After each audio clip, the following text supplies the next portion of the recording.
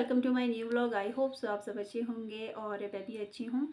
तो आज का जो व्लॉग है ना, आप लोगों के कमेंट के ऊपर है।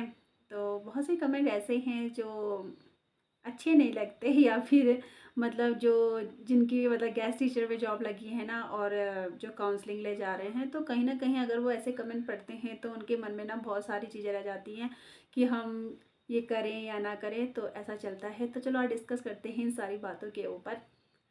तो सबसे पहले मैं आप लोगों से क्वेश्चन करती हूँ। अगर आप लोगों का अगर नेम आता गेस्ट टीचर में मतलब मेरिट में, तो क्या आप उस जॉब को करते या फिर छोड़ देते? तो प्लीज़ ऑनेस्टली मुझे ये क्वेश्चंस का आंसर ज़रूर देना।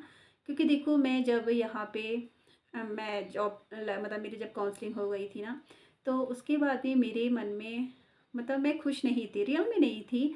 क्योंकि बहुत सारे ऐसे कमेंट आ रहे थे ना कि गेस्ट टीचर हैं, निकाल देते हैं, या फिर उनके साथ मतलब हम लोगों के साथ बहुत बुरा हो रहा है।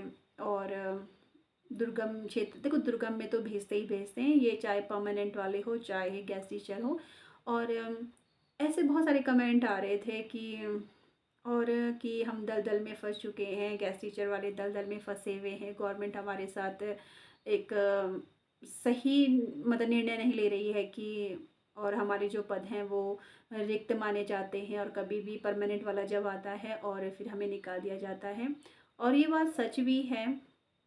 तो ये सारी बातें ना, जब कोई इस जॉब मतलब काउंसलिंग हो गई है और हम लोग उसको करना चाह रहे हैं, और जब ये सारी बातें निकल के आती है ना, तो बहुत सारी दिमाग में चलता है, यार सब ऐसा कह रहे हैं, हमें करना चाहिए या नहीं करना चाहिए। तो सेम सिचुएशन मेरे साथ भी थी, और मेरे साथ नहीं आप सभी लोगों के साथ होंगी जो भी काउंसलिंग ले गए होंगे या फिर जिनकी काउंसलिंग होगी। तो सबके मन में कहीं ना कहीं ये चीज़ें चली होंगी। और ऐसा ही एक कमेंट मेरे पास भी आया था। उनका शायद से टीवी में हुआ था काउंसलिंग का, तो मुझसे कह रही थी कि मैं खुश नहीं हूँ, मेरा हो तो चुका है बट लेकिन समझ नहीं आ रहा है कि मैं इस जॉब को करूँ या ना करूँ। और तो ऐसे आप सभी लोगों के बहुत सारे मतलब ऐसे कमेंट थे इस जॉब को लेते हुए।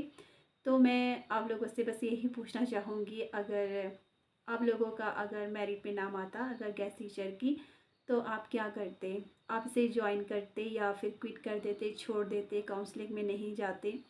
और बहुत से कैंडिडेट्स नहीं गए होंगे क्योंकि इन 6 सालों में बहुत से परमानेंट भी नहीं हो गए होंगे, और बहुत से परमानेंट भी हो गए होंगे, बहुत से ने गेस्ट टीचर में रहते हुए अपना एलटी का पेपर हो चाहे लेक्चरर का पेपर हो वो भी निकाल लिया होगा। तो मैं जो कहना चाह रही हूँ सभी अपने शिक्षक साथी से या खुद से भी मैं यही कहूँगी, ये एक हम मेरिट में आए हैं, हमारी जो मेरिट बनी है, जो हम गेस्ट टीचर की मेरिट में हमारा नेम आया है, उन सभी अभ्यर्थियों में से हमारा नेम आया है। और कहीं ना कहीं हमारी जो मेहनत हमारे सब्जेक्ट में जो थी, उसी का ही परिणाम है, ये उसी का ही फल है। और बहुत सा का ये कहना है कि आप पेपर क्लियर करके जाइए। तो हम यहाँ पे पहुँचे तो उसका मतलब ये नहीं है कि हम अपनी पढ़ाई यहीं पे स्टॉप कर रहे हैं और ये हमने मान लिया है कि बस। ऐसा नहीं है, हमारी तैयारी, हमारे जो आगे का संघर्ष है वो अभी भी जारी है। और हम इस जॉब में रहते हुए भी पूरी कोशिश रहेगी। और आप लोगों की तो पता नहीं, पर मेरी पूरी कोशिश यही रहेगी कि मैं जैसे अपने एग्ज़ाम की तैयारी पहले से कर रही हूँ ना, मैं अभी भी ऐसी कंटिन्यू रखूँ अपने पेपर की तैयारी। और पूरी कोशिश यही रहेगी कि मैं अपना एग्ज़ाम क्लियर करूँ।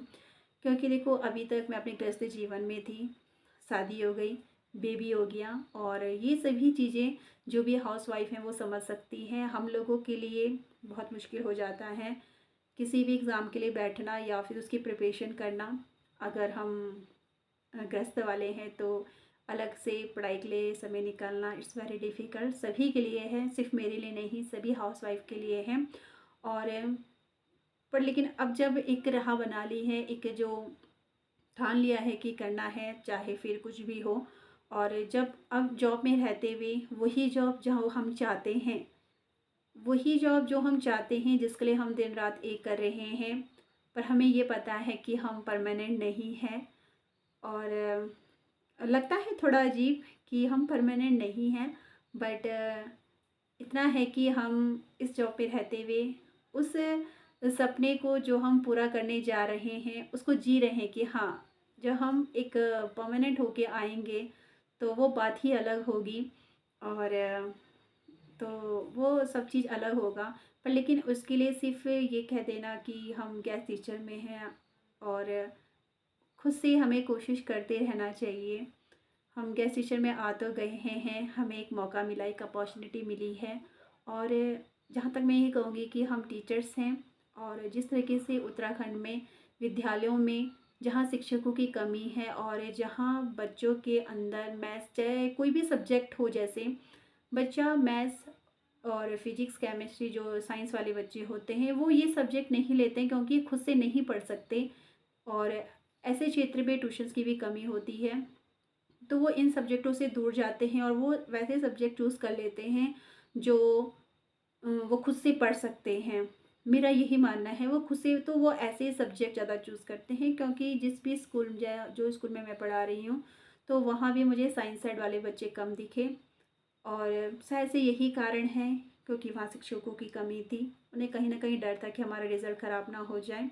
और अगर ऐसे में हम लोग भी, जो हमें एक मौका मिला है, अगर हम ऐसे में अगर ये जॉब जॉइन नहीं करते हैं, तो मुझे लगता है उन बच्चों का जो भविष्य है पहले ही अंधेरे में था और भी अंधेरे में हो जाएगा।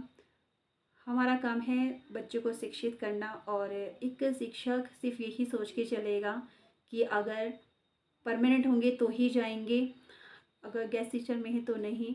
तो ऐसे में जो बच्चे हैं और जो एक शिक्षक का इंतज़ार कर रहे हैं कि स्कूल में टीचर आएगा, हमारी क्लासेस चलेंगी, तो उनके साथ ये बुरा होगा। सरकार परमानेंट नहीं ला रही है या फिर नई वैकेंसी नहीं निकाल रही है। ये सारी की सारी चीज़ें एक पॉलिटिक्स वाली हो गई। तो इन सब चीज़ों के चक्कर में एक विद्यार्थी, मुझे लगता है, वो पिस जाता है। और उन विद्यार्थियों की कोई गलती नहीं है, वो तो अपने डेली स्कूल जा रहे हैं। पर ऐसे में अगर शिक्षक ना हो और तो उनके लिए बहुत ज़्यादा मुश्किल है। और हम जो गेस्ट टीचर में लगे हैं, कहीं न कहीं उन बच्चों का भविष्य ये है कि सुधार सकते हैं। मैं यही बोलूँगी कि जो उनका जो शिक्षण काल चल रहा था और ऐसे में जो शिक्षक की कमी थी, और जैसे हम लोग अभी आए हैं और बिल्कुल भी उनका कोई कोर्स वगैरह कुछ नहीं हो रखा है। अगर हम लोग भी ज्वाइन नहीं करते और परमानेंट जब तक आते, तो तब तक तो शायद वो 12th या 11th, चाहे जो भी क्लास हो, वो क्लियर कर ले होते। और कैसे क्लियर करते वो वही जानते हैं कि कैसे क्लियर करते। तो गेस्ट टीचर में हम आए हैं और हमारी कोशिश यही रहनी चाहिए कि हम आगे आने वाले जो भी एग्ज़ाम है ना, उनको उनकी तैयारी करते रहें और कोशिश करते रहें कि हम अपना एग्ज़ाम निकाल सकें इस जॉब में रहते हुए। और कहीं न कहीं जो हमारा सपना है कि हम एक सरकारी स्कूल में बच्चों को पढ़ाएँ, तो वो सपना तो हमारा चल ही रहा है। पर लेकिन और उस सपने को हम जी भी रहे हैं। पर उस सपने को एकदम पूरा परमानेंटली वाला करने के लिए अभी तो यही कहा जाता है कि परमानेंट है या गेस्ट टीचर हैं, तो अपनी जो तैयारी है ना, तो वो जारी रखनी चाहिए हमें अच्छे से। और क्योंकि देखो, वो तैयारी तो हम पहले से भी कर रहे थे, पर जॉब में रहते हुए, उसी जॉब में रहते हुए जिसके लिए हम तैयारी कर रहे हैं, तो मुझे लगता है मोटिवेशन ज़्यादा मिल जाएगा। तो हमें अपनी तैयारी ना करते रहनी चाहिए, रुकना नहीं है।